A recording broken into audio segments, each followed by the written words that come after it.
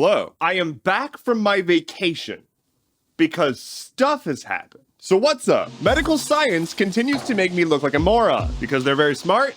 Well done, smart people. So let's talk about Alzheimer's. We've made improvements to Alzheimer's medication. That's very good. A medication for patients with Alzheimer's has recently been approved by the FDA, but like right after that, another study came out and found that this other experimental medication is even better. Now I want to temper expectations a little bit. Like this is a tough one. It's a tough old nut to crack. But we've got studies that show that this medication is able to sort of stave off the mental decline that Alzheimer's brings on, especially in the earlier stages of the disease, which can help improve quality of life for a little bit longer. It is not a cure. We are still doing research, but it is a step in the right direction and it's teaching us more about this disease, and hopefully someday we'll get there. So fuck yeah, medical science. Hey, remember when the president of the United States did a bunch of crimes like on TV?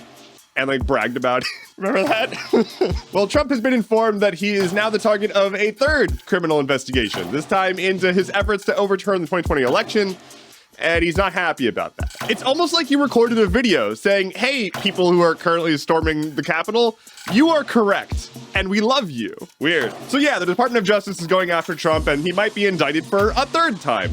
At the same time, 16 fake electors from Michigan have been charged with felonies. As a quick reminder, during the 2020 election, they were like, you know what? It looks like this state's going blue. We're just going to ignore that and try to send our own suite of electors for Trump. They were like, no, the votes don't matter. Let's just make it up. And so 16 real-life human beings signed a piece of paper with their hands saying, I am the real electors. It's me, the big boys. But weird, the state doesn't agree with that. And so Michigan's attorney general has charged them a lot. Weird how it keeps happening that people do a crime and talk about it a lot and then get charged. They're like, oh yeah, we're the patriots. We're gonna ignore the will of the voters and just send our own electorates that we chose. This is good. Even ignoring the fact that this is just the state squabbling with other people who work within the state and do state things. Like, what the hell? Like, we already have the bullshit that is the Electoral College, right? Like, this wouldn't be a thing if a simple majority vote could elect a president. But that's not how a president gets elected. So we have a bullshit system, and they're trying to be like, hey, so within this bullshit system, we're gonna try to pull some sub-bullshit, sort of a mondo bullshit, a meta bullshit, if you will. Literally, like, why? I mean, I know why. Don't answer that question. I don't want to hear why. The reason why is bad. It's a rhetorical why, sort of a royal why. Hey, so you know that thing where you accidentally email the wrong person secret military documents? No? Well, that is a thing that has happened hundreds of thousands of times because people meant to send emails to military email addresses at .mil domains and accidentally sent them to .ml domains, which is for Mali. The thing that comes after the last dot in a URL is called a top-level domain. Your .coms, your .net, your .orgs. There's also, like, you know, the special ones like .gov and .mil. Then there's the country code ones where you've got like .nz, .us, .ca. Those are the country code ones. And we've got the fancy ones now like .service and .gay. But it doesn't matter. We just, whoops, people just missed the I in .mil.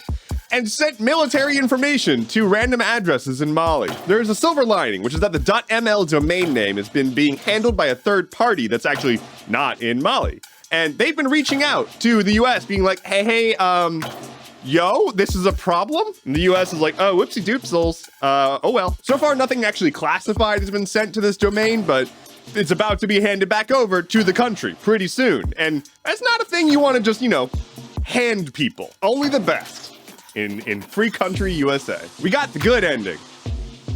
Well, sort of. I mean, a dude and his dog were adrift at sea for like 2 months after they intended to sail from Mexico to French Polynesia. Unfortunately, soon after they departed, their boat got hit with bad weather and they lost all their electronics and like navigation equipment and whatnot and communication equipment. It wasn't good. So it was just a dude and his dog adrift at sea for multiple months, and they survived off of the, you know, thankfully fishing equipment they had and rainwater. But they're back on land and they're doing okay. The dude seems to be in good spirits. He's able to eat, albeit slowly, and the dog survived too. And we're happy about this one. On this day, in the year 64, the Great Fire of Rome began. It went on to burn for a while, and it burned about half the city down. And funnily enough, there's rumors, unconfirmed rumors, that Nero ordered the fire because he wanted to, clear out some room for a new palace. Now, again, this is unconfirmed, but as we've seen before on this show, Nero is not a stranger to wild-ass shit. Big day for Nero. Lightning round. The EU is rolling out regulations such that gaming handhelds like the Steam Deck will have to have replaceable batteries by 2027. Burger chain In-N-Out has adopted a policy that their employees are not allowed to wear masks unless they have a valid doctor's note. Here's the weather. An ongoing court case around whether or not Apple is allowed to force all app developers to use the App Store for payments is possibly heading to the Supreme Court. There's been a huge spike of abuse allegations among staff in McDonald's locations in the UK, and McDonald's is like, oopsies. After spewing anti-Semitic bullshit that I will not repeat here, RFK Jr. has been condemned by members of his own family. The Wall Street Journal was quick to publish an opinion piece about how that just makes RFK Jr. more trustworthy, because his family obviously can't be trusted, because who condemns their own family publicly, blah, blah, blah, blah. Real cool journalism. It is way too goddamn hot. Like all over everywhere. It's hot. Don't die, please. And speaking of that, insurance companies are continuing to flee Florida, making it even harder to actually own a home in a market that's already terrible. Why insure stuff in Florida if there might not be a Florida soon? It's just good business. There's someone's mowing very loud right near where I'm recording. Very cool. Thank you so much for watching today's episode of Stuff Keeps Happening. Head to stuffkeepshappening.online for sources, bonus content, and the sound of somebody mowing their yard next to my house. My name is Endeavorance. I am live on my Twitch tonight at 7 p.m. Eastern while I'll be finishing up my run of Paper Mario. Come hang out. Other than that, please don't forget to like, comment, subscribe, and share, and all that good stuff. It very, very, very, very much helps, because I don't know how to market otherwise. So thank you. I'll be back on Friday. Take care and be well.